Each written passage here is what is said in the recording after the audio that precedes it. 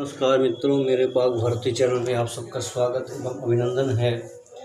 आज हम एलटी के और टीजीटी के पाठ्यक्रम में और संस्कृत के हर एक परीक्षाओं में जिसका सर्वाधिक प्रश्न आते हैं, तो इस दृष्टि को देखते हुए हम आज चलते हैं कारक का पाठ चलाते हैं। पूरा कारक आपको सिद्धांत कौमुदी से पढ़ाया जाएगा। मित्रों, आप मेरे बाग भारती इस चैनल को सब्सक्राइब करें, लाइक करें और शेयर करें। और संस्कृत के प्रत्येक प्रतियोगी परीक्षाओं का इसमें अध्ययन कराया जाएगा। अभी फिलहाल एलटी का हम पाठ्यक्रम चला रहे हैं। आज हम चला रहे हैं कारक। कारक एक ऐसा विषय वस्तु है जो संस्कृत का मूल है। अगर आपको कारक नहीं आ रहा तो आप वाक्य नहीं बना पाएंगे, आप शुद्ध अनुवाद नहीं कर पाएंगे। तो सिद्धांत कौमुदी का कारक आपको मैं आज से प्रारंभ कर रहा हूं। आप मेरे इस चैनल को लाइक और सब्सक्राइब करें। मित्रों, हम चलते हैं कारक में। कारक किसे कहते हैं, कारक में क्या प्रकृति क्या प्रत्यय है, कारक में क्या जो है तो इसकी परिभाषाएं दी हुई हैं, हम इसमें विचार करेंगे। मित्रों, कारक में क्री धातु है और अण्यबुल प्रत्यय है। क्री धातु है और अण्यबुल प्रत्यय है। तो क्री धातु से अण्यबुल प्रत्यय होकर के कारक यह शब्द बनता है। तो हम इसमें विचार करेंगे मित्रों कि कारक जो है तो कारक क्री धातु है, अण्यबुल प्रत्यय है। अण्यबुल लकार और लकार की संज्ञा होती है, बसता है मात्र बु, और बु को एक सूत्र है युवो रनाको से अक हो जाता है। तो अक हो करके और आर, और जो इसमें ककार में रिकार है, इसको आर वृद्धि होकर के कारक का ऐसा शब्द बनता है। सुवाग उसका त्रिसर्ग होकर के कारक का ऐसा शब्द बन जाता है। तो मित्रों, अब इसमें जो है तो आप पूछेगा कि इसमें क्या धातु है, क्या प्रत्यय है। तो इसमें क्रे करने धातु है और अण्यबुल प्रत्यय है। अण्यबुल के में अणकार और लकार की संज्ञा होती है। बु बसता है, बु को युवो रनाको सूत्र से बु को अक हो जाता है। तो ये आपका कारक बनता है आर वृद्धि होकर के। आगे हम चलते हैं मित्रों कि कारक किसे कहते हैं। कारक किसे कहते हैं, तो देखिए मित्रों, कारक कहते हैं, कारक की परिभाषा है क्रियान्वयी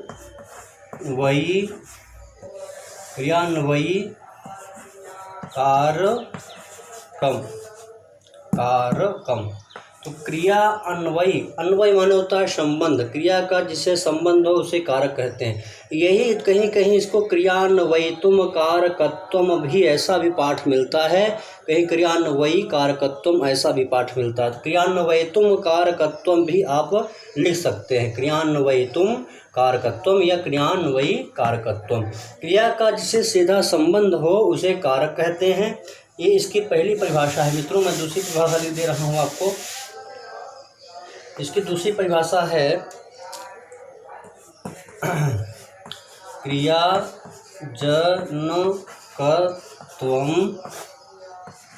कारकत्वम। क्रिया का जो संपादक है या क्रिया करने का जो है तो जनक है वही कारक है। क्रिया का जो जनक है, क्रिया का जो संपादन करता है वही कारक है, आप यह जान लीजिए। मित्रों, इसके और भी परिभाषा कह दिए हुए हैं, मैं उसमें भी विचार करता हूँ आपको। तो क्रिया जनकत्वम कारकत्वम और क्रियान्वयितुम कारकत्वम, यह वाक्य आपको बताया गया इसकी परिभाषा कि क्रिया का जो जनक है उसे क्या कहते हैं, कारक कहते हैं। और मित्रों, मैं आपको एक चीज़ बता दूं कि इसका जो है तो जैसे हमने कह दिया, इसमें देखिए कैसे यह कहा गया। तो राम विद्यालयम गच्छति। इस वाक्य में जो कर्ता है वह राम है, कर्म ये आपका विद्यालय है, और ये जो है क्रिया आपकी जो है यहाँ लगी हुई है गच्छति। तो यह जो कर्ता राम है, इसका जो इससे संबंध किसका है, गच्छति से इसका संबंध है। तो क्रिया का, और क्रिया का संबंध कर्ता यानी राम से है, तो क्रिया का जिससे सीधा संबंध हो उसे कारक कहते हैं।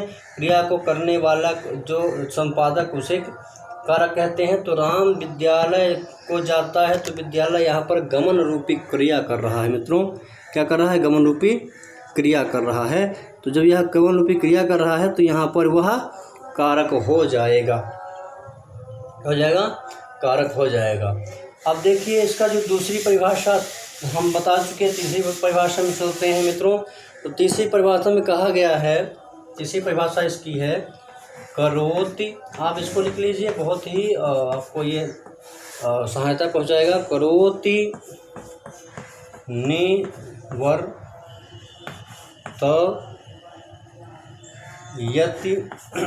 करोति निर्वर्तयति क्रियाम इति कारकम। मित्रों ये कह रहा है, ये जो है तो परिभाषा कह रही है कि किसी न किसी रूप में क्रिया के संपादन तत्व को कारक कहते हैं। किसी न किसी रूप में क्रिया के संपादन तत्व को कारक कहते हैं। करोति निर्वर्तयति क्रियाम इति कारकम। तो कहने का अभिप्राय यह है कि किसी न किसी रूप में क्रिया के संपादन तत्व को कारक कहते हैं। और इसका जो आपका चौथा, इसकी परिभाषा मैं आपको बता दूं, चौथी परिभाषा इसकी है, चौथी परिभाषा लिखिए मित्रों 4, क्रियायाः उपकारकम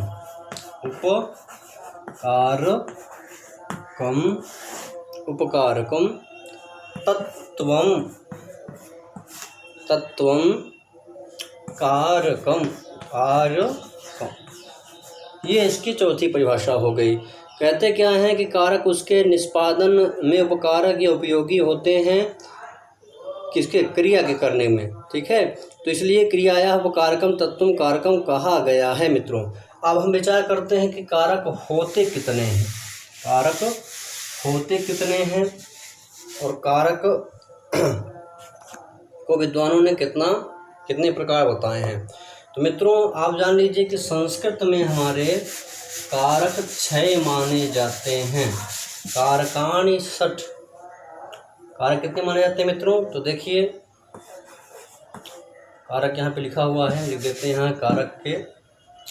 कारक 6 होते हैं, कारक 6, ठीक। कौन कौन होते हैं कारक 6? तो इसका श्लोक लिख दे रहा हूँ। कर्ता कर्म च करणम संप्रदानम तथैव च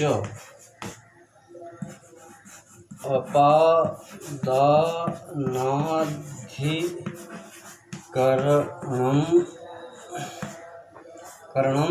यहाँ पे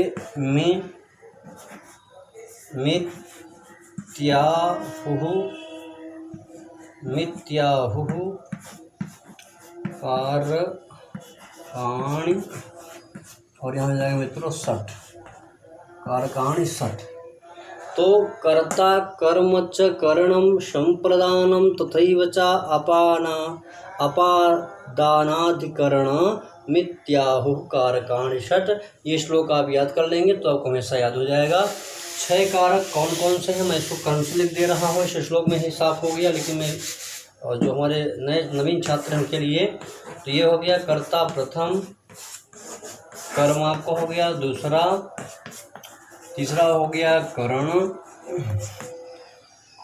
और चौथा हो गया मित्रों आपका संप्रदान, पांचवा हो गया अपादान, और छठा हो गया आपका अधिकरण, ठीक है। अधिकरणम या अधिकरण, ठीक है, अधिकरण। तो कर्ता कर्म करण संप्रदान अपादान अधिकरण, ये आपके 6 क्या हो गए? कारक हो गए। अब किसको कारक नहीं मानते? तो कारक संबंध बचा, संबंध को कारक नहीं मानते मित्रों। ये संबंध है, इसे हमारे वैयाकरणों ने, विद्वानों ने, तत्व जिज्ञासुओं ने, शास्त्र ज्ञाताओं ने संबंध को कारक नहीं माना है। क्यों नहीं मानते? क्योंकि इसका क्रिया जिसका जो है तो कर्ता के साथ जो है तो संबंध क्रिया से नहीं होता है। क्रिया का जो सीधा क्या है, जब कर्ता से संबंध होगा वही कारक होगा। क्रिया का जब क्या है सीधा, इससे कर्ता का जब क्रिया से सीधा संबंध होगा तो वही कारक होगा। तो कर्ता का जब क्रिया से संबंध होगा, देखिए राम दशरथस्य पुत्रः अस्ति। अब ये जो है तो यहाँ पर संबंध दर्शा रहा है, दशरथ के पुत्र राम हैं, तो यहाँ पे जनक और जन्य भाव है। तो यहाँ पे पुत्र पिता का संबंध होने से जो राम है वह क्या क्रिया से उससे कोई संबंध ही नहीं है, क्योंकि पिता पुत्र का है संबंध बता रहा है, इसलिए ये कारक नहीं होगा। कारक कैसे कहते हैं? कर्ता का सीधा क्रिया से जब संबंध होगा तभी कारक होगा। ठीक है, तो यहाँ पे क्रिया से कोई संबंध नहीं है, इसलिए संबंध को कारक नहीं मानते हैं। जब क्रिया का संबंध होगा कारक से तभी क्या होगा, कारक कहा जाएगा। कर्ता का जब सीधा क्या होगा, क्रिया से संबंध रहेगा तभी कारक होगा। मित्रों आप ये देख चुके हैं।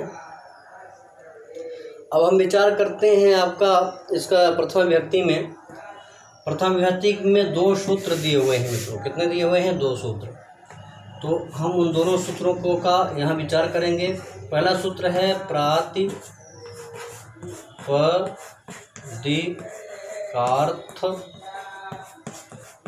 लिंग परिमाण वचन मात्रे प्रथम। मित्रों बात बता दूं मैं आपको, ये प्रथमा विभक्ति है। प्रथमा विभक्ति 7 विभक्तियाँ होती हैं और 7 विभक्तियाँ क्रमशः जो है तो प्रथमा द्वितीय तृतीय आप जानते हैं, पर आप ये नहीं जानते होंगे कि विभक्ति कहते किसके हैं। कुछ लोग तो जानते होंगे, कुछ ऐसे होंगे जो नहीं जानते होंगे। तो मैं बता दूं विभक्ति किसे कहते हैं, तो इसको लिख लीजिए आप, बच्चों को पढ़ाने के लिए बहुत ही अच्छा रहेगा। विभक्ति किसे कहते हैं कि से कहते हैं मित्रों। अब देखिए इसका वाक्य है, कहते हैं इसका वाक्य है कि संख्या कारक बोधयति, संख्या कारक बोधयतीति विभक्ति।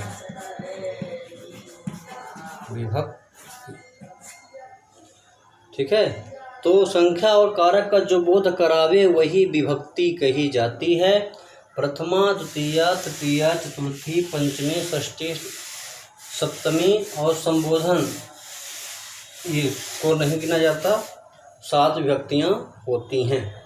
तो प्रातिपदिकार्थ लिंग परिमाण वचन मात्रे प्रथमा परिमाण वचन मात्रे प्रथमा।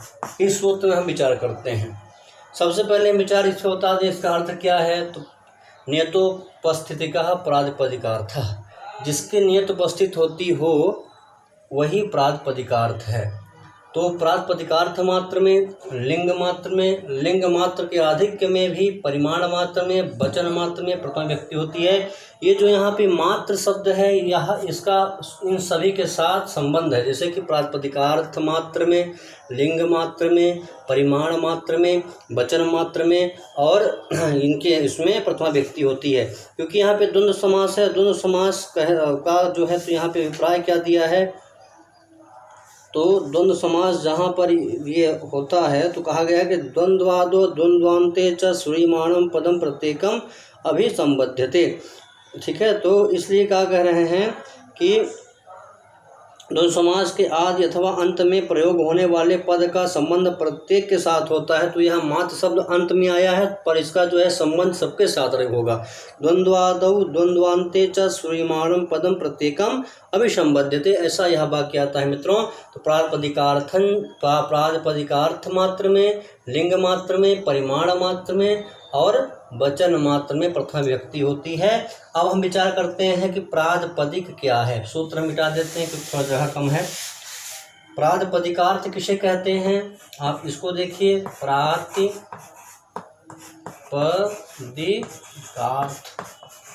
मित्रों, प्रातिपदिक कितने होते हैं और प्रातिपदिक किसे कहते हैं, तो प्रातिपदिक किसे कहते हैं इसका विचार करते हैं। देखिए, ये इसकी परिभाषा है। यस्मिन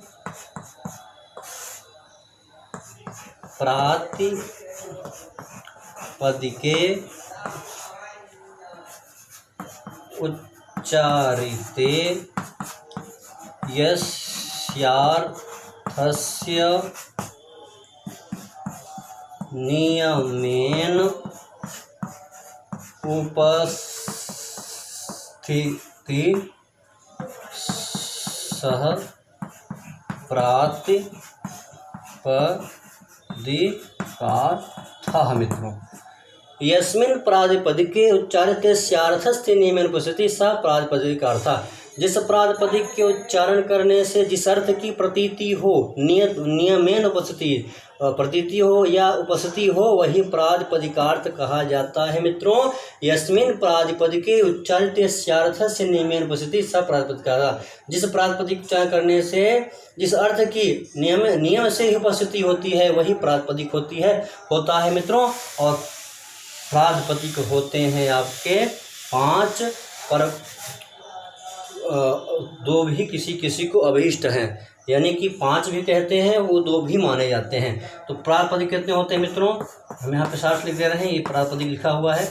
तो प्रातिपदिक होते हैं 5। कितने होते हैं, पंचकम प्रातिपदिकार्थः। प्रातिपदिकार्थः, ठीक है मित्रों।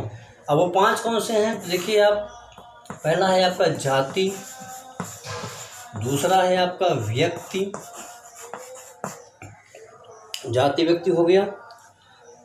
तीसरा हो गया आपका जाति व्यक्ति लिंग, क्या हो गया मित्रों, लिंग। चौथा हो गया आपका कारक, और 5वां हो गया आपका जाति व्यक्ति लिंग संख्या और कारक। हाँ, यहाँ पे संख्या हो जाएगा, चौथे में क्या हो जाएगा, संख्या हो जाएगा मित्रों, संख्या, ठीक। और आपका ये जो 5वां है, ये हो जाएगा कारक। 5वां क्या हो जाएगा, कारक हो जाएगा, कारक। तो जाति व्यक्ति लिंग और संख्या कारक, ये 5 आपके जो है तो क्या हो गए, प्रातिपदिक हो गए। तो प्रातिपदिक जो है, देखिए जैसे ये किसी न किसी में घटना चाहिए, इसकी प्रातिपदिक संज्ञा होती है। अर्थवत धातु प्रत्यय प्रातिपदिक सूत्र है। तो ये जैसे हमने कह दिया राम, अब देखिए राम की क्या होती है, प्रातिपदिक संज्ञा होती है। आप सब जानते हैं 2 पक्ष बनता है, व्युत्पत्त पक्ष और अव्युत्पत्त पक्ष में। तो राम, रम धातु से घय प्रत्यय करेंगे तो रामा बनेगा ये आपका, और एक है राम शब्द से सुलाएंगे तब जो है तो रामः बनेगा। तो यहाँ जो ये रामः है, इसमें क्या है, ये 5 चीज़ घटना चाहिए। कैसे घटेगा, आप घटाइए इसको। राम क्या जाति है, जी हाँ राम जाति है, मनुष्य जाति है राम। राम क्या व्यक्ति है, जी हाँ यह व्यक्ति है कि नहीं व्यक्ति। आगे लिंग, राम क्या है, पुल्लिंग है, ये लिंग भी है, ये क्या पुल्लिंग है। और संख्या, इसका एकत्व संख्या भी है। और कारक, और ये जो राम है, कोई संज्ञा है तो कुछ न कुछ करने वाला होगा, तो इसलिए इसको कारक भी कहा गया। तो ये 5 चीज़ इसमें घट गया। ये मनुष्य जाति है, ये व्यक्ति है, ये लिंग है, ये संख्या एकत्व है इसकी, और ये कारक कुछ न कुछ करता होगा, खाता होगा, पीता होगा, उड़ता होगा, तो कुछ न कुछ करता भी होगा। तो इसलिए क्या है, राम क्या है, प्रातिपदिकार्थ है। इसलिए ये 5 आपके प्रातिपदिकार्थ हुए, जाति व्यक्ति लिंग संख्या एवं कारक। आगे है कोई, देखिए पाणिनि इत्यादि जो मुनि हैं हमारे वैयाकरण को जाति और व्यक्ति को अभीष्ट मानते हैं, 2 ही को मानते हैं। तो दुकम प्रातिपदिकार्थम भी मिलता है, 2 प्रातिपदिक भी माने जाते हैं। अब इसके ही साथ हम ये बता देते हैं कि प्रातिपदिक उदाहरण मित्रों। तो प्रातिपदिक उदाहरण जो है, तो आप ही जान लीजिए कि प्रातिपदिक के क्या उदाहरण है। तो प्रातिपदिक मात्र में कौन यहाँ पे प्रातिपदिक का उदाहरण है, ऐसा क्वेश्चन बन सकता है। तो देखिए, उच्चैः नीचैः इनका कोई लिंग नहीं है मित्रों, ये बिना लिंग के होते हैं, आप जान लीजिए। ये पुल्लिंग में ऐसे लिखे जाएंगे, स्त्रीलिंग के साथ भी ऐसे लिखे जाएंगे और नपुंसकलिंग के साथ भी ऐसे लिखे जाएंगे। ये चाहे पुल्लिंग के साथ हैं, चाहे स्त्रीलिंग के साथ हैं, चाहे नपुंसकलिंग के साथ हैं, ये ऐसे के ऐसे ही रहेंगे जैसे यहाँ लिखा हुआ उच्चैः बालकः अस्ति, निच्चैः बालकः अस्ति, उच्चैः बालिका रोदिति। तो इस प्रकार से ये आपका जो है तो लिंग जो भी हो ये ऐसा ही रहेगा, इसकी विकृति नहीं होती। सदृशम त्रिशलिंगेषु सर्वासु च विभक्तिषु वचनेषु च सर्वेषु यन्न वेति तदव्ययम्। ये अव्यय हैं और अव्यय का जो है तो विकार नहीं होता, ये ऐसे ही रह जाते हैं मित्रों। तो आपको हमने बताया कि प्रातिपदिक का उदाहरण क्या हुआ, आपका उच्चैः हो गया, क्या हो गया, उच्चैः और नीचैः। जिनका लिंग भी निर्धारित हो, जैसे कि कृष्णा श्री दे दिया, कृष्ण और श्री और ज्ञानम, ये जो है क्रमशः ये पुल्लिंग है, स्त्रीलिंग है, ये नपुंसकलिंग है। तो प्रातिपदिक का जो उदाहरण है वो उच्चैः, निच्चैः, कृष्ण, श्री, ज्ञानम। अब ये अगर कहीं भी आपको क्वेश्चन पूछता है कि प्रातिपदिक का उदाहरण इनमें से कौन है, उच्चैः, निच्चैः, कृष्ण, श्री, ज्ञानम, क्या यह है, बिल्कुल यह है। तो इसलिए आप इसको अच्छी तरह से लगा लीजिए कि प्रातिपदिक उदाहरण है, प्रातिपदिक मात्र में इसमें प्रथम व्यक्ति होती है। तो उच्चैः, निच्चैः, कृष्ण, श्री और ज्ञानम ये प्रातिपदिकार्थ के उदाहरण हैं मित्रों। इसको आप भली भांति समझ लीजिए, ज्ञान लीजिए। आगे हम चलते हैं लिंग में। तो प्रातिपदिकार्थ हो गया, अब लिंग में चलते हैं मित्रों। तो आप देखिए लिंग का जो विचार किया तो लिंग में आपका लिंग देखिए, लिंग का विचार क्या कहा इन्होंने, टटः, टटी और टटम। देखिए वहाँ पे एक दिया है लिंग मात्राद्याधिक्य, लिंग मात्र के आधिक्य में भी क्या होती है, प्रथम व्यक्ति होती है। तो ये यहाँ लिंग मात्र का निर्धारण जहाँ पे ना हो, यहाँ पे लिंग मात्र का निर्धारण नहीं हो रहा। टटः पुल्लिंग में बनता है, टटः स्त्रीलिंग में पड़ता है और टटः नपुंसकलिंग में। ये पुल्लिंग है, ये स्त्रीलिंग है और ये आपका नपुंसकलिंग है। और इसका अर्थ एक ही है, इसका पुल्लिंग में भी अर्थ टट होता है, स्त्रीलिंग में भी टट होता है और नपुंसकलिंग में भी इसका अर्थ टट ही होता है। इस दृष्टि से लिंग मात्र का उदाहरण आपका टटः, टटी, टटम होगा। अगर आपके पेपर में पूछा जाता है, परीक्षा में पूछा जाता है कि लिंग मात्र का उदाहरण इनमें से कौन है, क्या टटा है, क्या टटी है, क्या टटम है या सर्वे, तो आप सर्वे मारेंगे। तो इसको आप देख करके दिमाग में बैठा लीजिएगा कि लिंग मात्र का उदाहरण क्या है, तो टटः, टटी, टटम है। इसके बाद हम चलते हैं लिंग मात्र के अधिक का भी विषय दिया हुआ है। तो टटः, टटी, टटम, पुल्लिंग, स्त्रीलिंग, नपुंसकलिंग ये जो है तो बताया गया। आगे मित्रों है परिमाण में, देखिए परिमाण। तो परिमाण का अर्थ होता है किसी भी वस्तु को तोलकर उसको अलग कर देना, ठीक है। तो परिमाण का जो उदाहरण है वो है आपका द्रोणो व्रीहि। द्रोण कहते हैं मापने वाले उस पत्थर को जिससे लोग तराजू में रख करके मापते हैं, द्रोण, और ये हो गया आपका व्रीहि, माने द्रोण रूपी परिमाण से माने तौली गई, अलग की गई, व्रीहि माने धन राशि। तो यहाँ ये परिमाण मात्र में प्रथमा हुई है द्रोण में, द्रोणः व्रीहि या द्रोणो व्रीहि, ऐसा यह वाक्य बना है मित्रों।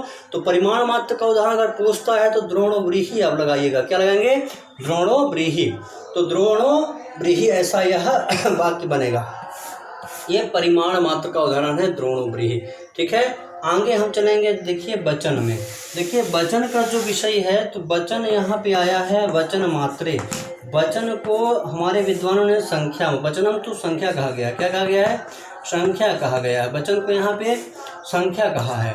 तो वचन क्या है भाई, एका दो बहवः, एक द्वौ और बहवः, इनके माने बहवः, इनके उसमें अर्थ में भी क्या होता है, द्वितीय होती है, एक के साथ, दो के साथ, बहवः के साथ क्या होती है, प्रथम व्यक्ति होती है। एकः बालकः, दो बालकौ, बहवः बालकाः, एका बालिका, द्वे बालिके, बहव्यः बालिकाः, ऐसे ये आपका प्रथम व्यक्ति होगी। तो हमने याद देख लिया कि प्रातिपदिकार्थ का क्या है, तो उच्चैः, निच्चैः, कृष्ण, श्री ये प्रातिपदिकार्थ का उदाहरण दिया। इसके बाद टटः, टटी, टटम ये लिंग का दिया। और इसके बाद आपका जो है तो द्रोणो व्रीहि किसका दिया, परिमाण का दिया। और एकः दो बहवः या वचन का दिया। इनके योग में प्रथम व्यक्ति होती है, यह जान लीजिए कि प्रातिपदिकार्थ मात्र में, लिंग मात्र में, लिंग मात्र के आधिक्य में भी और आपका परिमाण मात्र में, वजन मात्र में प्रथमा व्यक्ति होती है मित्रों। इसके बाद हम चलते हैं, आपका एक सूत्र और है संबोधनेच। क्या सूत्र है मित्रों? संबोधनेच। ये बताता है कि संबोधन के अर्थ में भी प्रथमा व्यक्ति जानना चाहिए। संबोधन का जहाँ विषय होगा वहाँ पे प्रथमा व्यक्ति आप जाने, यानी संबोधन के साथ प्रथमा व्यक्ति लगती है। जैसे हे राम रामात्र गच्छ, हे राम हे रामात्र गच्छतु, हे राम अत्र गच्छतु, यहाँ से जाओ, हे रामात्र गच्छ। तो यहाँ हे राम, जैसे हे रामात्र गच्छ, तो ऐसा वाक्य बनेगा। तो यहाँ पे देखिए हे राम, तो इसमें प्रथमा हो गई, क्या हो गई? हे राम, यहाँ पर प्रथमा विभक्ति हो गई। तो यहाँ पे जो सकार का विषय है वह आपका जो है, तो इसमें संबोधित होकर सलोप हो जाता है, हट जाता है। तो यहाँ विषय का नहीं रहता है। हे राम, हे का प्रयोग प्राग प्रयोग जो होता है, इसलिए हे पहले आता है। तो हे राम ऐसा यहाँ रूप बनता है। तो संबोधन में भी प्रथमा विभक्ति होती है। संबोधन के प्रथमा एक वचन क्या में संबोधन संज्ञा होता है, सुकलोप होता है, और ये क्या होता है? संबोधन लगता है। तो हे राम, हे रामो, हे रामा, ऐसा यह संबोधन बनता है। तो हे राम यह में प्रथमा होगी, क्या होगी? प्रथमा होगी। तो संबोधन के अर्थ में भी प्रथमा व्यक्ति होती है। दो सूत्र हैं ये आपके प्रथमा व्यक्ति में मित्रों, ये आप जान लीजिए। प्रातिपदिकार्थ, लिंग, परिमाण, वचन मात्रे प्रथमा और संबोधनेचा। आगे हम चलते हैं कर्म कारक में मित्रों। आपको अगर हमारा यह परिश्रम अच्छा लग रहा है तो आप हमारे इस चैनल को लाइक और सब्सक्राइब करें। ELT का पाठ्यक्रम चला रहे हैं। सुगनासोपदेश का जो है तो पाठ इस समय चल रहा है, उसकी वीडियो जल्दी आपको बना करके मिलेगी। आगे देखिए मित्रों, कारक का एक और जो पाठ्यक्रम है ELT का, उसका भी आपको 2 वीडियो प्रति मिलेगी। देखिए मित्रों, आगे हम चलते हैं। आगे सूत्र है आपका कर्तुरीप्सितमम कर्म। कौन सूत्र है? तो ये आपका सूत्र है कर्तुरीप्सितमम कर्म। कर्तुरीप्सितमम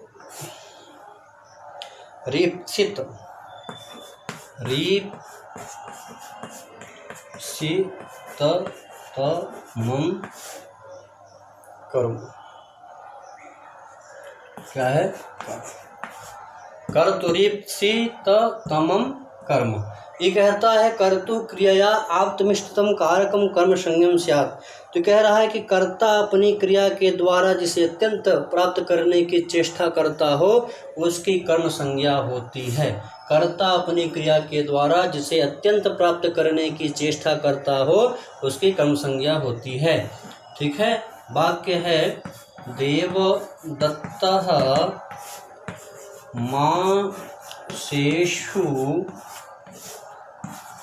मासेषु अश्वं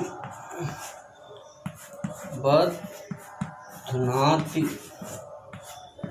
देवदत्त क्या कर रहा है? अश्व को मासक में बांध रहा है। तो देवदत्त यह करता हुआ, इसको अभीष्ट क्या है? ये अश्व है, क्योंकि अश्व जो है तो मांस के खेत में अश्व को बांधता है। तो देवदत्त अपनी बंधन क्रिया के द्वारा अत्यधिक किसे प्राप्त करना चाहता है? तो अश्व को प्राप्त करना चाह रहा है मित्रों। इसलिए देवदत्त में क्या का जो अभीष्टतम है वह अश्व है, इसलिए अश्व में द्वितीय व्यक्ति होगी। यही बात यह कह रहे हैं। यहाँ पे और विचार है कि कहा गया कर्तु किम मासेषु अश्वम बध्नाति। तो कर्तु किम, जो यहाँ कर्ता अश्व है वह उसको मास स्थित न, ठीक है। इसलिए यहाँ ये कहा गया कि जो कर्ता को अत्यधिक स्थित होगा। तो ये जो कर्ता यहाँ देवदत्त है, इसको सबसे अधिक स्थित क्या है? अश्व है, इसलिए अश्व में द्वितीय हुई है। बहुत बड़ा विचार इसमें है, इतना आगे हम नहीं चलेंगे, नहीं वीडियो बहुत बड़ी हो जाएगी। आप यह जानिए कि क्रिया देखिए, कर्ता अपनी क्रिया के द्वारा जिसे अत्यंत प्राप्त करने की चेष्टा करता है उसमें क्या हो जाता है? द्वितीय हो जाती है। बहुत ही लंबा इसकी व्याख्या है, उसमें हम नहीं चलेंगे, नहीं वीडियो बहुत बड़ी हो जाएगी।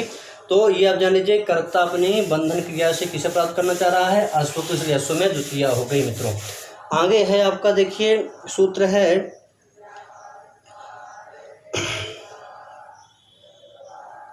कर्मण द्वितीय। क्या है? कर्मण द्वितीय। ये जो है कर्मण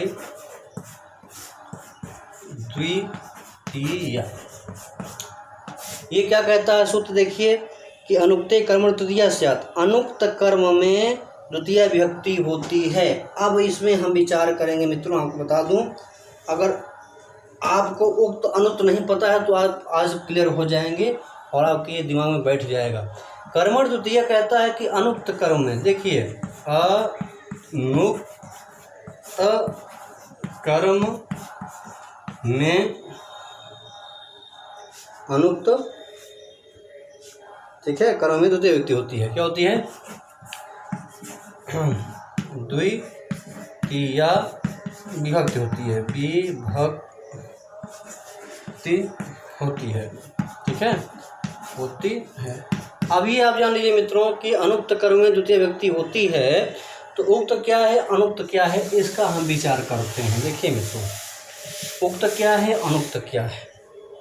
आप जानते हैं 3 वाच्य होते हैं, कर्तृवाच्य, कर्मवाच्य और भाववाच्य। अगर आप ये चीज़ समझ गए तो मान लीजिए कि आपका आधा अनुवाद लग गया। कर्तृवाच्य, देखिए कर्तृवाच्य, वाच्य, ठीक। दूसरा है आपका कर्मवाच्य और तीसरा है आपका भाववाच्य। अब आप देखिए मित्रों, इसमें कर्ता जो है तृतीया में उक्त होता है, ठीक, और कर्म क्या होता है, अनुक्त होता है, ठीक। और यहाँ जो ति प्रत्यय आता है, जैसे भवति है, गच्छति है, वह कर्ता को मान करके होता है, उक्त को मान करके यहाँ ति प्रत्यय होता है। कर्तृवाच्य में कर्ता जो है अनुक्त होता है मित्रों, कर्म क्या होता है, उक्त होता है मित्रों। और जो यहाँ पे ता इत्यादि प्रत्यय आता है, ता तम झा होता है, वह आपको कर्म को मान करके होता है।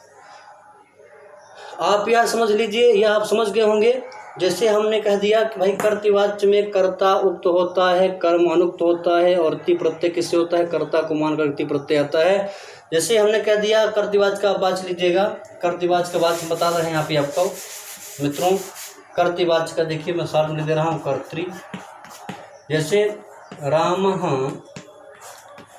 वेदम पठत।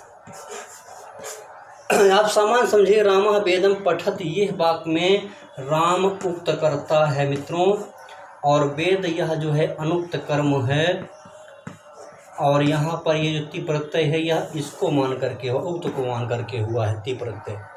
तो राम में प्रथमा हो गया, वेद अनुक्त तथा द्वितीय हो गए कर्म द्वितीय से, और पठत यह राम के एक है, इसलिए यहाँ पे ति प्रत्यय एक ही प्रथम पुरुष का आया और उक्त मान करके ति प्रत्यय आया। तो कर्ता उक्त मान करके आया, ति प्रत्यय आया। इसी वाक्य को तो ये राम उक्त हुआ, वेद अनुक्त हुआ, द्वितीय हो गई, ठीक है। अब इसी बात को हम कर्मवाच्य में देखेंगे। यहाँ हम ले दे रहे हैं कर्म और यहाँ हम बिंदु दे रहे हैं। इसमें क्या होता है कि रामेण वेदः और पठ्यते। अब इस चीज़ को देखिए, राम जो है करता है, और ये क्या हो गया, राम करता है, ये अनुक्त हो गया। कर्मवाच्य में क्या हो गया, अनुक्त हो गया। ये कर्म है, आप जान रहे हैं वेद, और ये क्या हो गया, उक्त हो गया। और इस उक्त को मान करके जो यहाँ पे ता प्रत्यय आया है, ता ताम झा प्रत्यय जो आते हैं वह कर्म को मान के आते हैं मित्रों।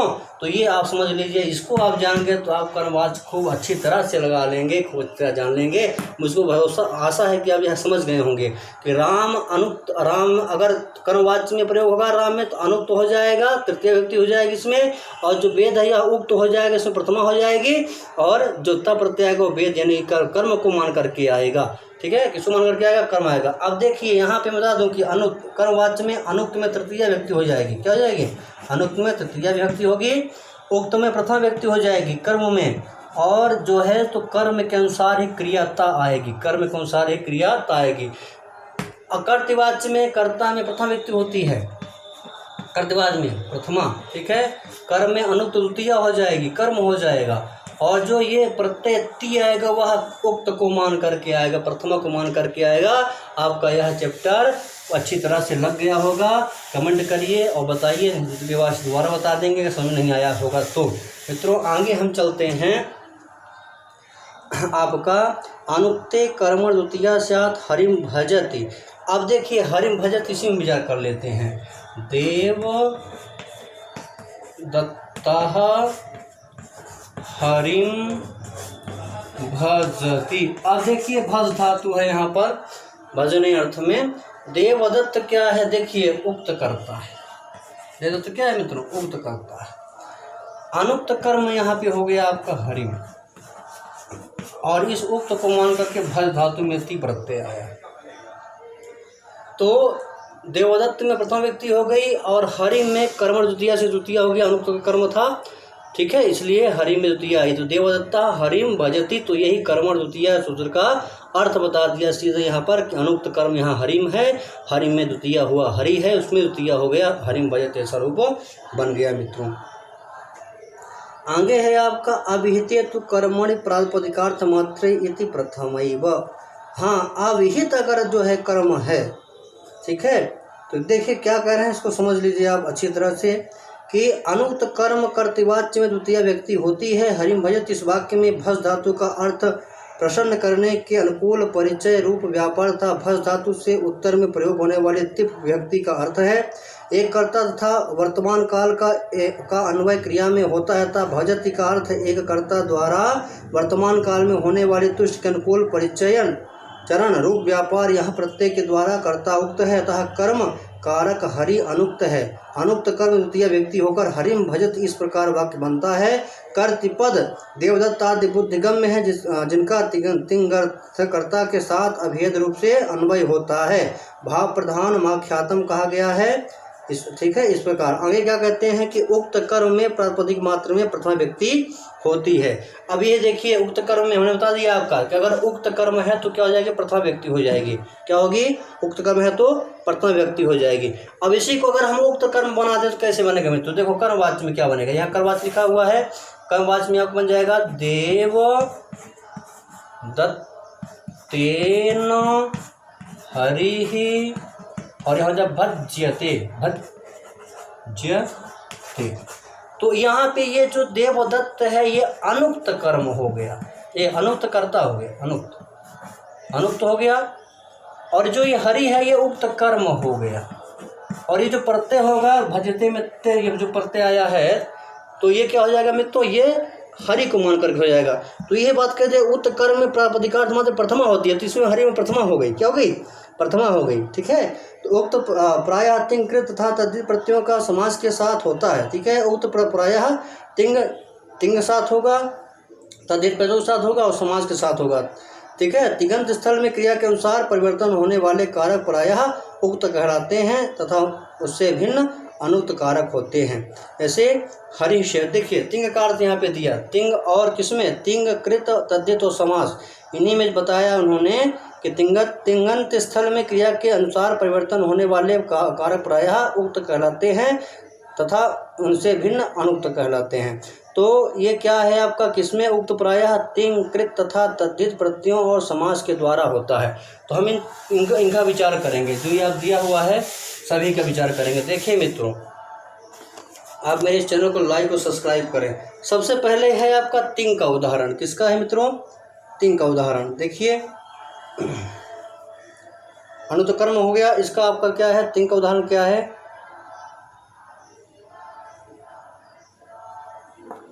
तो तिंग का उदाहरण आपका देखिए क्या दिया हुआ है,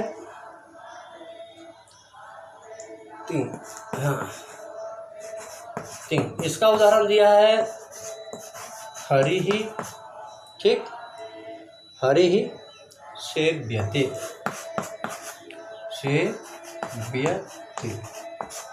इसका जो पूरा वाक्य बनेगा मित्रों ऐसे बनेगा,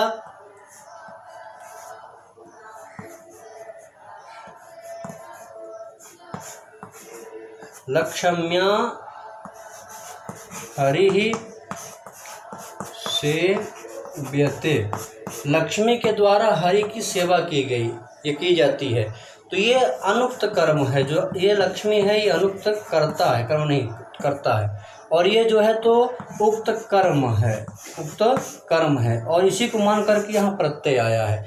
तो अनुक्त कर्ता लक्ष्मी में तृतीया हो गई, क्या हो गई? तृतीया व्यक्ति हो गई। लक्षम्या तृतीया के रूप है, तृतीया। यहाँ पे प्रथमा हो गई, प्रथमा हो गई, ठीक है, उक्त में प्रथमा हो गई। तो लक्ष्म्या हरि सेपते ऐसा वाक्य हो गया। यहाँ पे जो है तो तिंग प्रत्यय ताम झ इत्यादि है, तो इसलिए तिगंत कहा गया, ठीक है। लक्ष्मी क्या है कि हरि सेव्यते, यहाँ पर लह कर्मणि च भावे च कर्म केव्य से कर्म अर्थ में लकार विद्यमान है, ठीक है। तथा भाव कर्मणो सूत्र से आत्मने पद में प्रथम पुरुष के वचन में सेव धातु से ता प्रत्यय का विधान किया गया है। तिंगसित सार्वधातुक में सार्वधातुक संज्ञा होकर सार्वधातु के एक से एक प्रत्यय का विधान किया गया है। ता प्रत्यय के द्वारा कर्म उक्त होते ही हरि कर्म में प्रथम व्यक्ति हुई है। कर्ता के अनुक्त हो जाने पर लक्ष्मी आदि कर्ता में तृतीय व्यक्ति होकर, यद्यपि यहाँ वाक्य में कर्त पद का उल्लेख नहीं है, फिर भी गम्यमान यहाँ पे लक्ष्म्या सेविता ऐसा यह वाक्य बनेगा। जो यहाँ पे ता प्रत्यय आया है, उक्त मान करके आया है, ता या ता आताम झ प्रत्यय है, तो उक्त यानी कर्म है, तो कर्म प्रथमा होती है। मित्रों समझ जाइए आप, लक्ष्म्या हरि ही सेव्यते, ये तिंग का उदाहरण है। अगर पूछता है कि हरि सेव्यते या हरि सेव्यते किसका उदाहरण है, तो आप तिंग का उदाहरण मानेंगे। किसका मानेंगे? तिंग का। यहाँ तिंग किसका मानेंगे आप? तिंग का उदाहरण मित्रों, किसका मानेंगे? तिंग का उदाहरण मानेंगे, ठीक। अब ये समझ गए होंगे, अच्छी तरह से कमेंट करिएगा नहीं समझेंगे तो। आगे हम चलते हैं दूसरे में, आपका कौन सा है? कृत है। कृत है क्या है? दूसरे में क्या है? कृत है। तो मित्रों इसमें जो उदाहरण दिया लक्ष्म्या सेविता, हाँ देखिए बहुत बढ़िया कहा यहाँ कि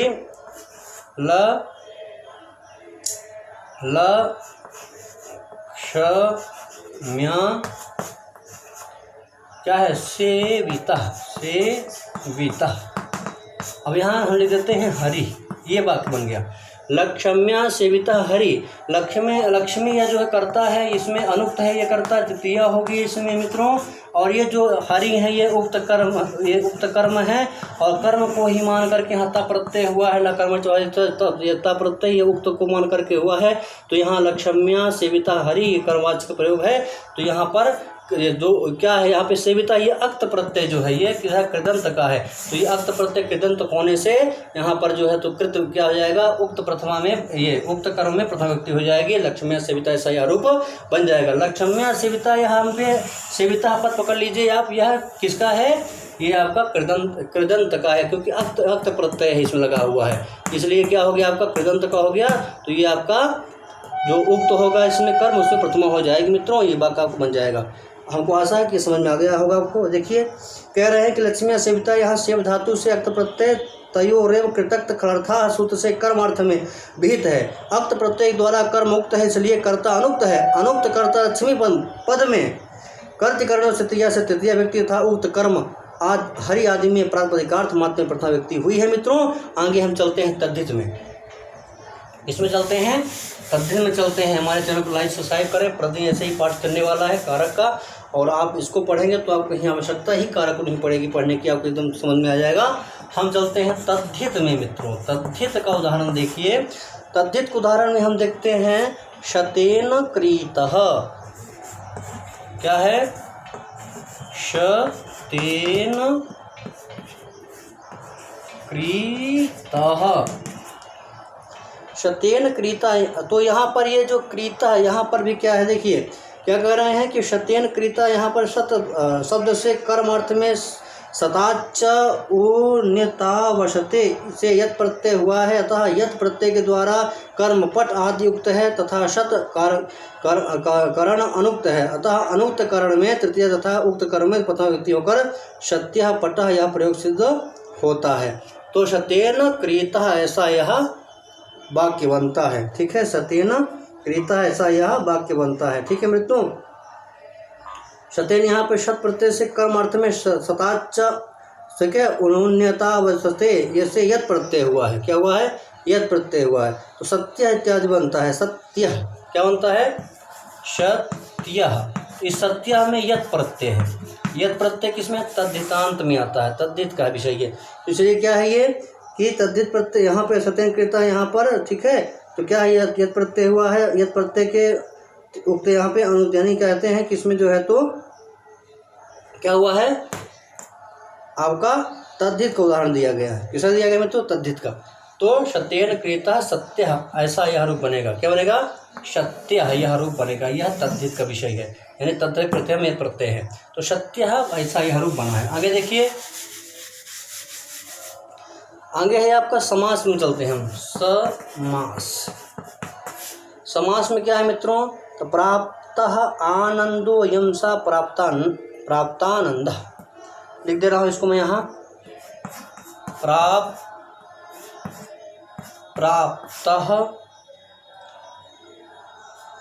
आनंदो प्राप्तः आनंदो यम स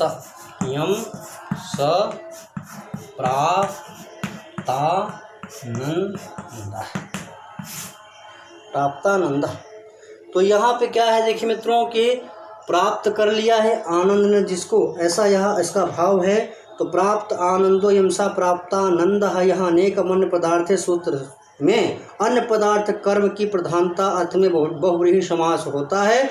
अतः समास के द्वारा कर्मयुक्त है, इसलिए समास होने के बाद उसमें प्रथमा व्यक्ति हुई है। प्राप्तो प्राप्तानंदो भक्तः आदि, यहाँ पर क्या है? प्राप्तानंद भक्त पद का विशेषण है, अतः इसका भक्त विशेष पद के अनुसार ही पुल्लिंग प्रयोग हुआ है। तो प्राप्तानंद, यह वाक्य आपका समासगत है, बहुव्रीहि समास है इसमें, और इसमें जो है तो समास मान कर यहाँ जो है तो क्या कहा उन्होंने? प्राप्तानंदा में प्रथमा व्यक्ति हो गई है। इस प्रकार मित्रों ये आपका समास का विचार हो गया। तो ये आप उक्त अनुक्त अच्छी तरह से समझ गए होंगे, तिंकृत तद्धित समास भी समझ गए होंगे, मुझको यह आशा है। नहीं समझ में आया होगा तो आप मुझको कमेंट करिएगा, मैं पुनः इसको एक बार समझाने का प्रयास करूँगा। मित्रों इस प्रकार जो है आपका यह बताया गया। आगे आपका जो है तो कहते हैं इसमें थोड़ा और विचार है, तो उसके विचार को मैं आपको बता दूं जो है कुछ छोटे ना। ये क्या कह रहे हैं कि तद्धित का उदाहरण क्या है आपका देखिए, सत्य सत्यन क्रीतः पट इत्यादि, सत्य सत्यन क्रीतः साटिका सत्यम सत्यन क्रीतः वस्त्रम इत्यादि। समास द्वारा उक्त प्राप्तः आनंदो यम सा प्राप्तानंदः, उपहृत पशु यस्मै स उपहृत पशु उदघृता ओदना यस्याः स उदघृत ओदना इत्यादि। कहीं निपात से भी अविहित होता है, जैसे इन्होंने कह दिया कहीं निपात से भी अविहित होता है, जैसे कि विष वृक्षोपि संवर्ध स्वयं क्षेत्रमसाम प्रथम सांप्रतम। तो इस वाक्य में वृक्ष कर्म निपातन से अभिहित है, अतः द्वितीय व्यक्ति नहीं हुई, अपितु प्रथमा व्यक्ति हुई है। सांप्रतम का अर्थ युज्यते है, युक्ते द्वे सांप्रतम स्थाने, ऐसा कोश का वचन है। अतः असांप्रतम का अर्थ न युज्यते अर्थात प्रवृत्त नहीं होता है।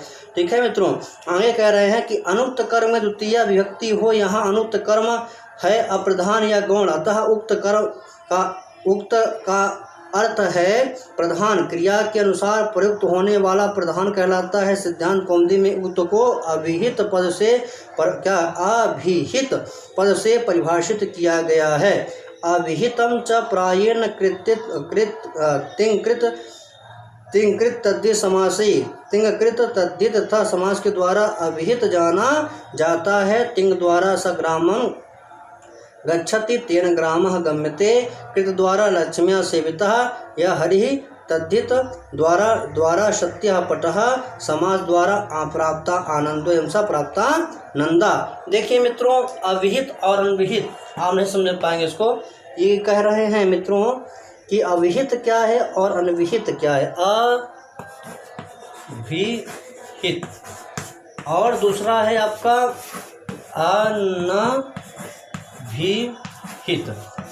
आप इसको समझ गए, आज इसके बाद आवश्यकता ही नहीं पड़ेगी आपको समझने की। अविहित हो गया उक्त, और उक्त में प्रथमा विभक्ति क्या उक्त हो गया, अनविहित हो गया अनुक्त, क्या हो गया अनुक्त। ठीक, यही अविहित और अनविहित है, उक्त और अनुक्त। अब एक चीज आप यह जान लीजिए कि कर्म कर्तृवाच्य में कर्ता उक्त होता है, कर्तृवाच्य।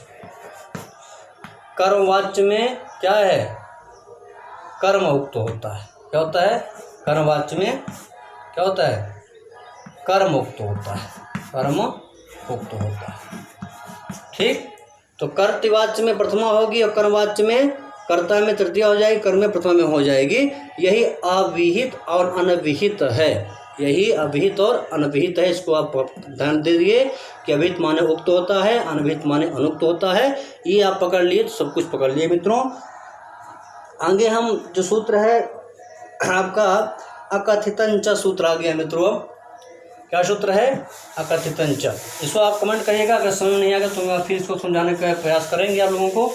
आगे है आपका सूत्र अकथितंच। क्या सूत्र है?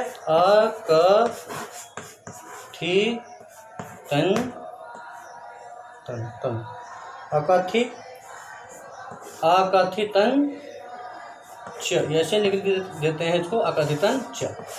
तो अकथितंच सूत्र है, ये क्या कह रहा है देखिए, इसका विचार करते हैं हम लोग कि दुहादी नाम द्वादशा नाम तथा नि प्रभृति नाम चतुर्नाम कर्मणा यदुच्यते तदेव कथितम कर्मेति परिगणम। क्या कह रहे हैं भैया ये कि अकथितंच, इसका अर्थ है कि दुह्य याच पच दंड रुद्ध प्रच चिब्र शास जी मत मुशाम नि हरि कृष्ण तथा वह इन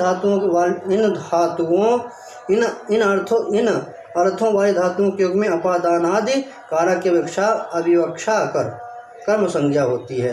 अपादानादि विशेषैरविवक्षितम कारकम कर्म संज्ञम स्यात्। इसका यह वृत्ति है।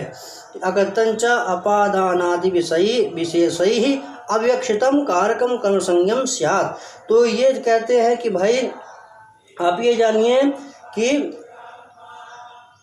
दुह याच पच दंड रुद्ध प्रच चिब्रु शास जी मत मुष नि हरि कृष्ण तथा वह इन अर्थों वाले धातुओं के योग में अपादानादि, किसका? अपादानादि कारकों की अविवक्षा कर कर्म संज्ञा होती है।